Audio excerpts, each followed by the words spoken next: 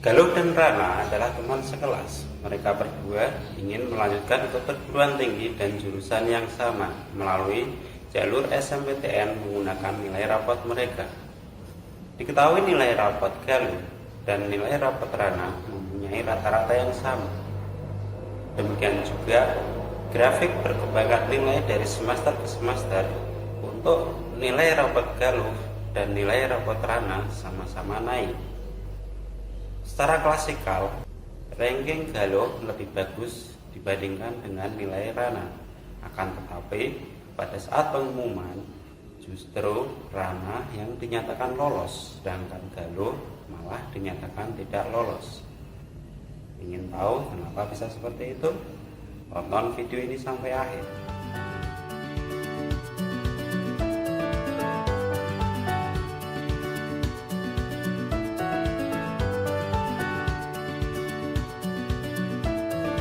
Assalamualaikum warahmatullahi wabarakatuh. Selamat bertemu kembali para pecinta matematika bersama saya Pak No. Pada kesempatan kali ini kita akan membahas tentang penafsiran ukuran pemusatan dan ukuran penyebaran. Pada pertemuan sebelumnya kita sudah mempelajari bagaimana cara menghitung nilai ukuran pemusatan, yaitu min, median, dan modus. Kemudian juga kita sudah belajar bagaimana cara menghitung ukuran penyebaran, mulai dari jangkauan, ring, simpangan rata-rata, dan simpangan baku. Nah, pada kesempatan kali ini kita akan belajar bagaimana menafsirkan hasil perhitungan dari ukuran pemusatan dan ukuran penyebaran tersebut di dalam suatu kasus. Perhatikan contoh tabel berikut ini. Informasi yang disajikan dalam tabel adalah data skor yang diperoleh Andi dan Joko dalam 5 kali tes matematika. Pada tes pertama, Andi mendapat skor 85 dan Joko mendapat skor 70. Tes kedua, Andi mendapat skor 50 dan Joko mendapat skor 95. Tes yang ketiga, Andi mendapat skor 90 dan Joko mendapat skor 75. Tes keempat, Andi mendapat skor 100 dan Joko 65. Pada tes kelima, Andi mendapat skor 50 dan Joko mendapat skor 70. Menurut Anda, nilai tes siapa yang lebih baik? Untuk menjawab hal itu, kita terlebih dahulu meneliti ukuran pemusatan dari skor mereka. Rata-rata skor Andi adalah 75. Didapat dari menjumlahkan banyak skor yang diperoleh dari tes ke-1 sampai tes ke-5. Selanjutnya dibagi dengan 5. 5 itu adalah banyaknya tes yang dilakukan oleh Andi, sehingga menghasilkan nilai 75. Dengan cara yang sama, diperoleh rata-rata skor Joko sama dengan 75. Ternyata, kedua siswa mempunyai nilai rata-rata sama, yaitu 75. Kita akan mencari tahu median dan modus skor Andi dan Joko. Median dari skor Andi adalah 85. Didapat dengan cara mengurutkan skor Andi dari yang terkecil sampai yang terbesar. Kemudian dipilih data yang berada di tengah-tengah. Dengan cara yang sama, didapat median dari skor Joko adalah 70. Adapun modus diperoleh dari melihat data skor yang paling sering muncul. Modus dari skor Andi adalah 50, sedangkan modus dari skor Joko adalah 70. Berikutnya menghitung ukuran penyebaran. Dalam kasus ini, kita akan membandingkan nilai simpangan baku atau deviasi standarnya. Simpangan baku adalah suatu ukuran penyebaran data, di mana jika sebaran data sangat bervariasi atau nilai data cukup jauh dari rata-ratanya, maka akan dihasilkan nilai simpangan baku yang cukup besar. Nah, untuk memudahkan perhitungan, kita tentukan dulu nilai ragamnya. Ragam diperoleh dari penjumlahan kuadrat selisih antara data dengan rata-ratanya dibagi dengan banyaknya data. Sedangkan simpangan baku merupakan akar kuadrat dari ragam. Simpangan baku Andi diperoleh 20,98. Sedangkan simpangan baku Joko adalah 10,49. Ternyata simpangan baku Andi lebih besar daripada simpangan baku Joko. Dari keseluruhan pembahasan di atas dapat kita rangkum bahwa rata-rata Andi dan Joko adalah sama, yaitu 75. Berikutnya median. Median dari skor Andi adalah 85, sedangkan Joko 70. Yang ketiga modus. Modus skor Andi sama dengan 50, dengan Joko 70. Yang keempat, simpangan baku Andi lebih besar daripada simpangan baku Joko.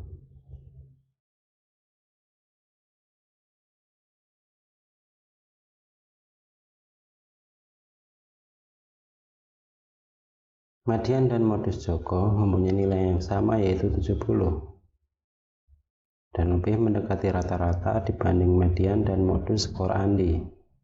Itu artinya skor Joko lebih mendekati distribusi normal.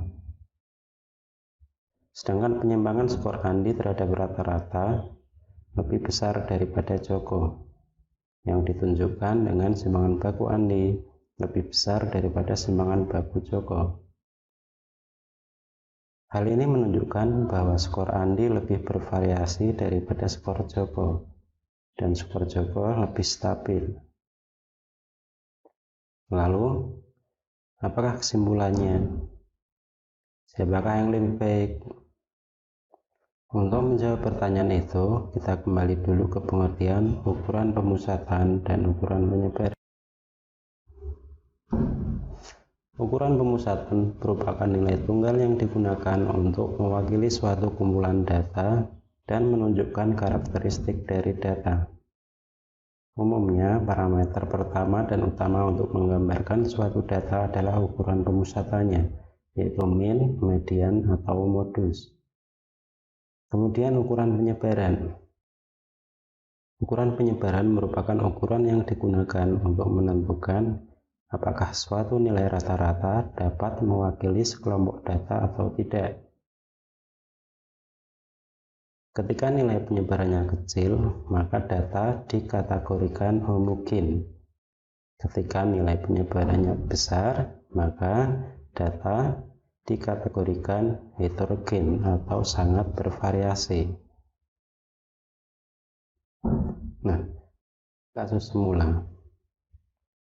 Dengan nilai rata-rata sama, yaitu 75, namun median dan modus Joko lebih mendekati rata-ratanya, maka dapat diartikan skor Joko lebih bagus dibanding skor Andi karena lebih mendekati distribusi normal. Demikian juga ketika ditinjau dari ukuran penyebaran. Simpangan baku skor Joko lebih kecil daripada Andi, yang berarti skor Joko lebih stabil. Maka dengan pertimbangan skor yang konsisten, dapat disimpulkan skor yang lebih baik adalah Joko.